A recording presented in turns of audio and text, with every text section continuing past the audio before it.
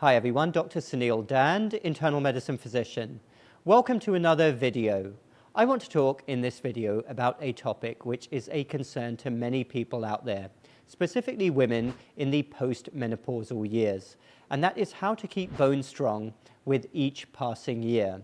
And I want to talk firstly about why this is a concern, and then 5 methods to help keep bone strong well into old age. Firstly, what happens during menopause to really affect the bones? Well, in a nutshell, estrogen levels significantly drop, and this directly causes an accelerated rate of bone loss. Estrogen plays a protective role in general bone health, and when it goes down, bones can become significantly weaker and more prone to fractures. Research indicates that women can lose up to 20% of their bone density in the first several years after menopause. So this is a very significant amount. This bone loss at its worst can lead to osteoporosis. Bones become much more fragile, prone to fracturing, and that's something nobody wants. And I want to go over in this video 5 particular methods that any woman can utilize to really slow down this bone loss and reduce the risk of complications. Hopefully, many of you are already doing a lot of these things. Number 1, a focus on vitamin D and calcium levels. Calcium and vitamin D are the 2 foundational nutrients for bone health. After menopause, women should aim for about 1,200 milligrams of calcium per day, as long as there's no contraindications. Remember, that's a minimum amount, and around 1,000 units of vitamin D daily. Again, that's a minimum amount for most people out there, but do check with your doctor that there's no reasons why you can't consume that amount of calcium and vitamin D. You can get calcium from dairy products as long as you can tolerate them, leafy greens, nuts, fortified foods, but for many people out there, supplementation is needed, especially in the winter months. So the bottom line, calcium and vitamin D work together for strong bones, so make sure you're getting enough of them. Number 2, engage in weight-bearing activities. Weight-bearing exercises are activities that force you to work against gravity.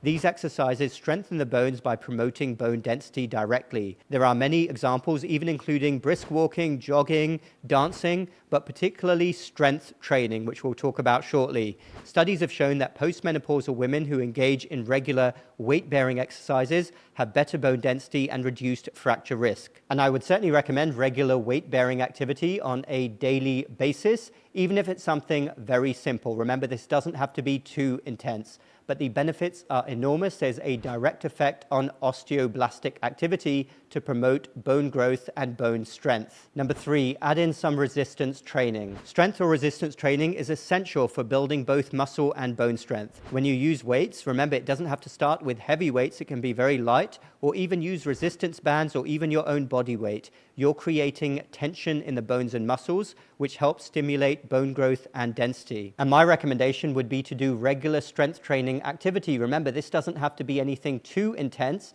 but it definitely should be part of your routine and will reap enormous benefits. As well as being a doctor, I'm also a certified personal trainer. So this is something that I'm very used to working with people on. And if anyone out there, particularly any woman over the age of 50, wants to learn more about my program for strength building over the age of 50, please do check out my webinar, link in the description down below. Number 4, prioritize protein-rich foods. This is very important. Protein is vital not only for muscles, but also for bone health.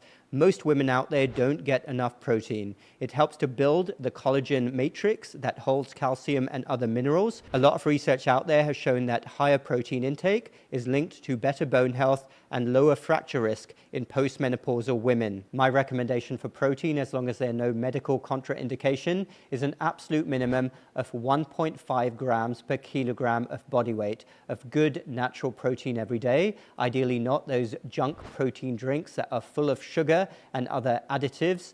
Go for natural sources of protein at every opportunity. Number 5, limit other toxins. This is also crucial. You don't want to put toxins in your body. I'm sure not many of you listening smoke, but also be careful with alcohol. Both alcohol and smoking have been linked to lower bone density and an increased risk of fractures. Smoking affects the bone's ability to regenerate, while alcohol interferes with calcium absorption. I'm not saying you have to become a nun and never drink, but be mindful of not consuming excess alcohol. So to recap then on those 5 very important strategies. Number 1, make sure you're getting enough vitamin D and calcium. Number 2, engage in weight-bearing exercises. Number 3, add strength training to your routine. Number 4, prioritize protein-rich foods. Number 5, avoid toxins, including alcohol, and certainly don't smoke. Bone health after menopause is an incredibly important topic. I know many women are very worried about this, but there's no reason with the right lifestyle changes why you can't defy the odds, why you can't be as strong as possible for as long as possible, be the best and strongest version of yourself. It's all about defying the odds and slowing down all of these processes with age, which is very possible.